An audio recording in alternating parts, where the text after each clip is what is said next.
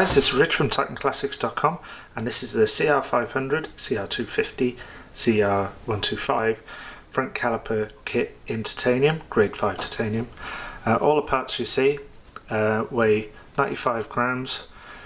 They will not corrode. The pistons are machined from grade 5 titanium, and then they're coated in titanium nitride coated, and that gives a harder surface finish, but also supposed to be a lot more slippery.